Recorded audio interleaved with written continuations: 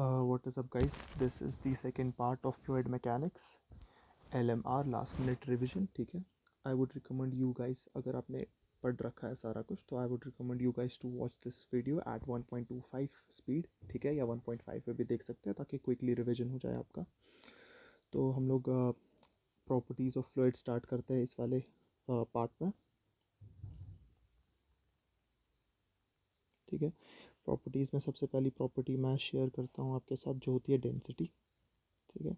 Density सम nothing, मतलब हम लोग बचपन से पढ़ते हैं, रो किसके बराबर होता है, mass upon volume, this is density, ठीक है। उसके अलावा हम लोग देखते हैं दूसरी प्रॉपर्टी हमारे पास है, दैट इज़,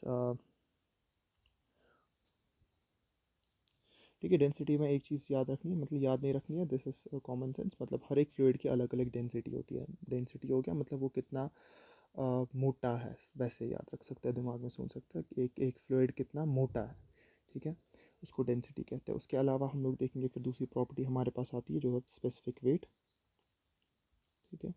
स्पेसिफिक वेट, जो स्पेसिफिक वेट होता है हमारे पास, इसको हम लोग डिनोट करते हैं आर से, ठीक है। तो जो ये आर होता है, R is equal to W upon V, ठीक है। जो यहाँ पे ये डब्ल्यू है, ये है वेट, ठीक है। तो हम लोग इसको कैसे लिख सकते हैं, डब्ल्यू को हम लोगों को पता है, फिजिक्स में पढ़ा है, W is equal to M G, ठीक है, mass into gravity upon V, ठीक है। यहाँ पे भी हम लोग देख सकते हैं मास अपॉन वॉल्यूम कितना हो जाएगा, मास अपॉन वॉल्यूम हो जाएगा, जो हम लोग ने डेंसिटी में देखा है, ऊपर डेंसिटी हो जाता है रो इंटू जी। तो हम लोग कहते हैं आर इज इक्वल टू रो जी, हो गया ये भी हमारा, ठीक है। वैल्यूज़ वगैरह मतलब इसका एसआई यूनिट खुद ही पुट मतलब समझ सकते हैं, रो किसके बराबर होता है, जी किसके बराबर होता है, तो आर जो आ जाएगा वो हमारा आ जाएगा ओवरऑल किसके बराबर, न्यूटन पर मीटर क्यूब, ठीक है। ये कॉमन सेंस है, उतना ज़्यादा इसमें दिमाग नहीं लगाना है।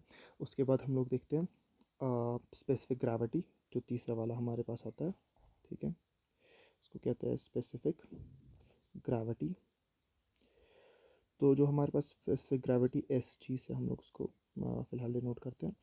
तो एस जी होता है हमारा किसके बराबर, ओके, एस जी हमारे पास होता है डेंसिटी ऑफ एनी लिक्विड, ठीक है, जिसको मैं डेंसिटी एक्स है any liquid upon density of standard fluid, ठीक है। यूजुअली जो ये स्टैंडर्ड फ्लूइड होता है, ये हमारे पास H2O ही होता है, लाइक वाटर होता है। तो हम लोग कैसे लिख सकते हैं, density of any liquid upon density of H2O, ठीक है। यहाँ पे हम लोग एक चीज़ नोट करते हैं, जो हमारा जो H2O है, इसकी डेंसिटी होती है एट 4 डिग्री सेल्सियस सबसे ज़्यादा, एंड ये एट 4 डिग्री सेल्सियस कितनी होती है हमारे पास, 1000 kg पर मीटर क्यूब, और ऐसे ही लिख सकते हैं 1000 ग्राम्स पर centimetre cube. I hope I am right, ठीक है। इसको खुद भी कैलकुलेट कर सकते हैं, कोई उतना ज़्यादा मसला नहीं है।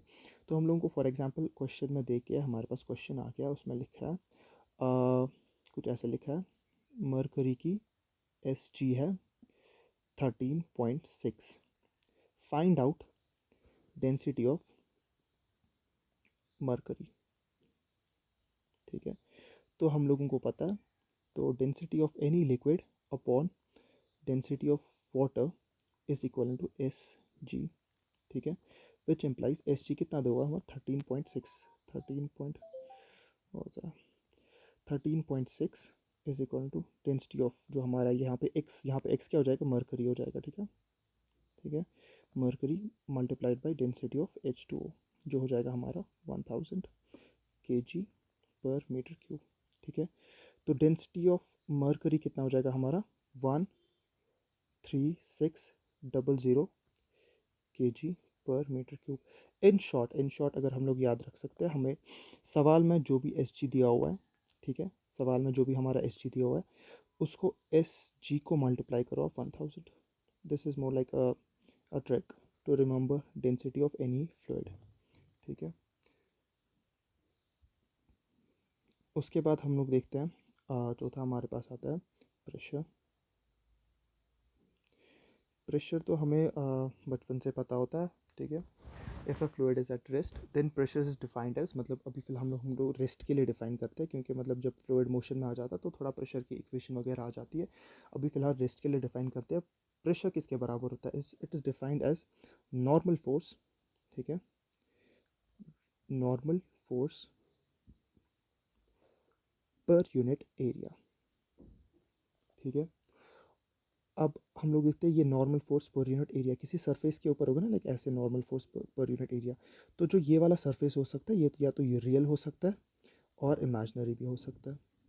ठीक है, तो इसी को प्रेशर कहते हैं, normal force per unit area on plane surface और इमेजिनरी सरफेस। ठीक है, ये हम लोग जो प्रेशर है ये दो तरीके से मेजर कर सकते हैं हम लोग, या तो ये एब्सोल्यूट टर्म्स में मेजर करते हैं, ठीक है, या तो हम लोग ये दूसरा क्या होता है, गॉज प्रेशर।